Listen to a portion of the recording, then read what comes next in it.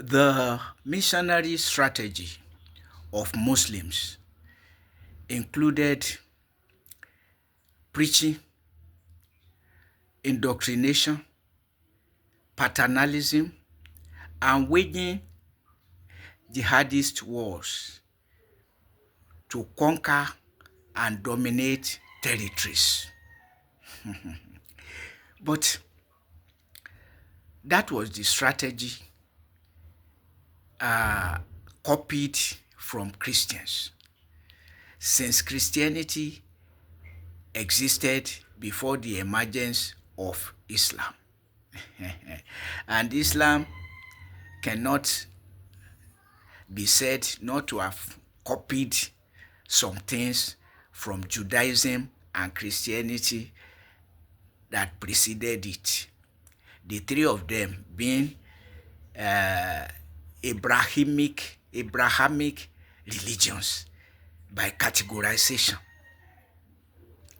As a matter of fact, Christianity was also spread through preaching, indoctrination, paternalism, and plotting crusade wars to conquer and dominate territories.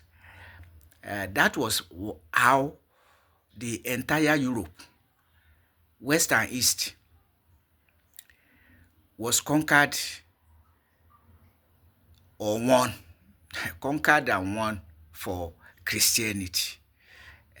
But over time, Europe and America outlawed crusade wars and adopted the secularist policy, whereby a country will have no official religion, while the citizens are free to practice any religion of their choice, however they choose to practice it, insofar as it is not violent or constitute public nuisance.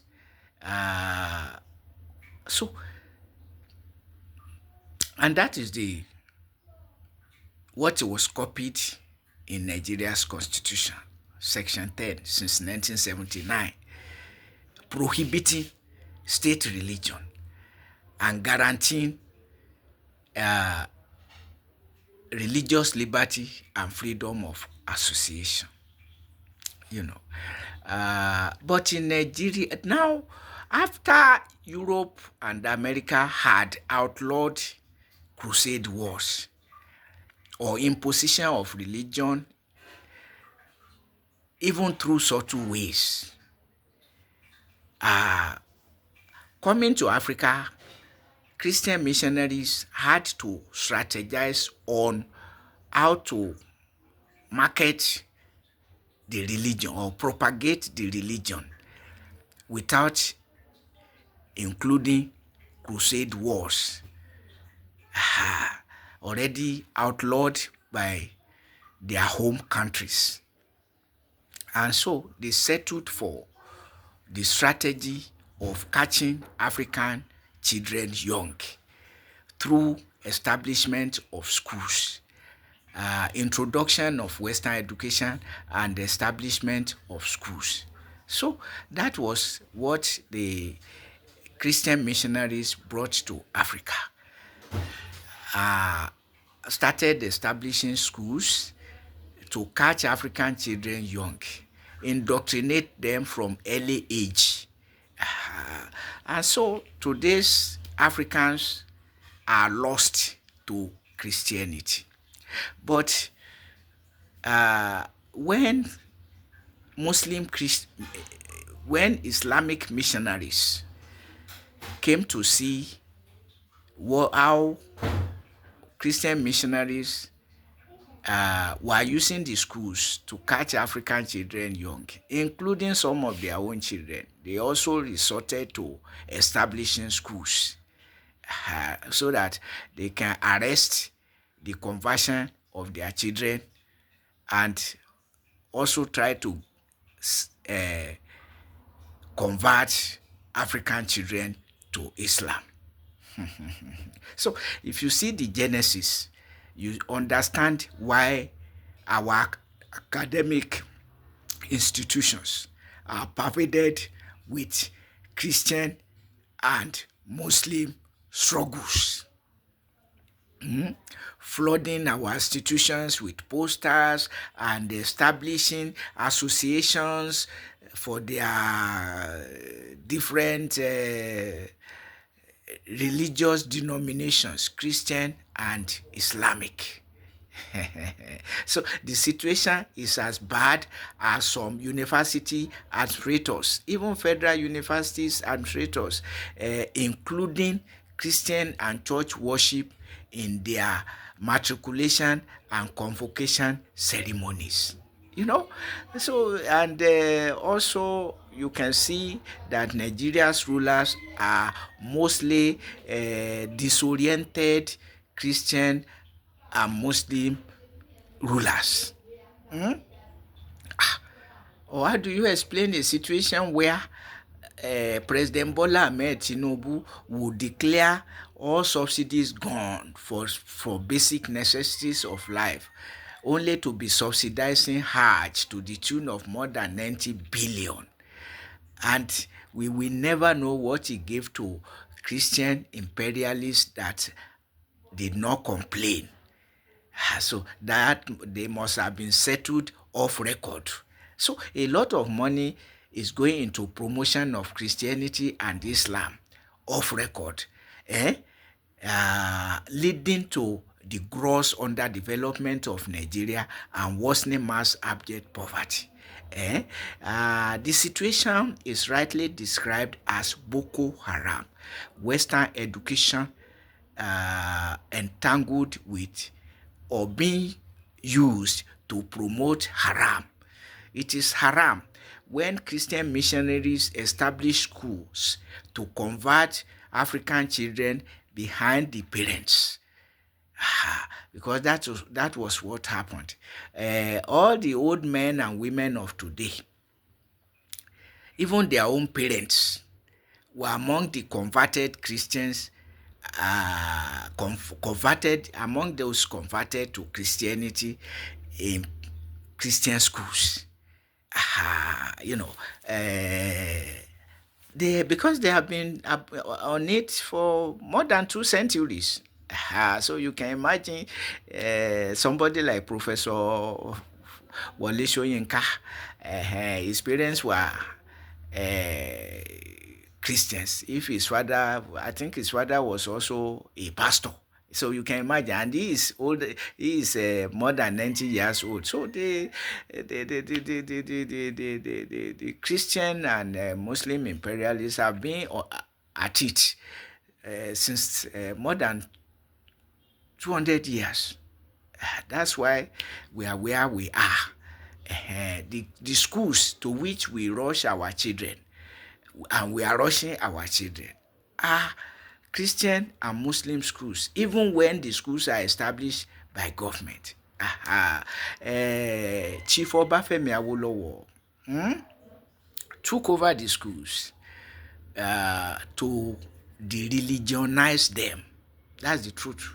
He dis-religionized the schools, took it over to be state schools, so that they are not religion oriented. But Christian rulers took advantage of that to start imposing hijab on the schools, so Islamizing the schools and neutralizing the policy of taking over the schools. And it's not only Muslim. Look at people like Peter Obi in the southeast and south. They also started to Christianize the schools despite being taken over by government. In fact, what they did there, I'm sorry, is to return the school, is to, yes, the people like Peter Obi, when he was governor of Anambra State, he was one of the governors who returned the schools back to the churches that used to own them. Schools taken over many decades ago so that they can be de-religionized, for promotion of human values rather than religious values that have nothing to do with human values. Exploitation of people in church and mosque cannot be human values. They are not even divine values except they are claimed to be, So our universities, our academic institutions, as a matter of fact, from primary to tertiary levels, are being Christianized and Islamized. Hmm? Politicization of religion is happening in our academic institutions. The Christian teachers are indoctrinating the students up to university levels. Yes, yes, yes.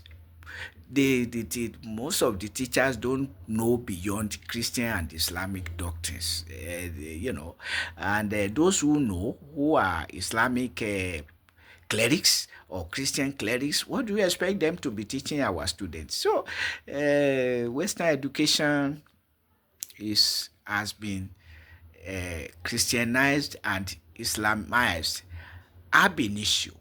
The missionaries did not introduce Western education on humanitarian grounds, but on religious grounds. It was with ulterior motive, and the motive has been promoted to the level of Christian and Islamic activities being serious issues in African schools, Nigeria inclusive. Because go to Ghana, Uganda, Zimbabwe, Kenya, DRC, Congo, God, and other countries in Africa, you see preoccupation with Christianity and Islam more than preoccupation with human life, human and societal life. So that is it, and that's why we can. Somebody was thinking that it was China, Japan, India, and the rest of the Asian tigers developed because they have been using their own mother tongue to teach their children rather than using English, for instance. But I said, no, it's not only about language, it's the entire culture. They preserve their ancient culture, short of whatever is dehumanizing in it, but not swallowing the hook of Christianity or Islam to destabilize their lives. Because what we have in most of Africa is Christian and Christian and Islamic rivalries. Competition, destabilizing human, even families. We are destabilized people. These Asian countries never allowed Christianity and Islam to prevail. No, they preserve their culture, their humanitarian culture. But we have been dehumanized to become Christians and Muslims. That's the problem we are facing. But America, Europe and America came to their senses and adopted the secularist policy, whereby a country we have no religion, but the citizens are free to practice any religion of their choice peacefully, short of violence or anything of that nature, which is what the Boko Haram Muslim community has not been allowed to do, except under the presidency of Olusegun Obasanjo.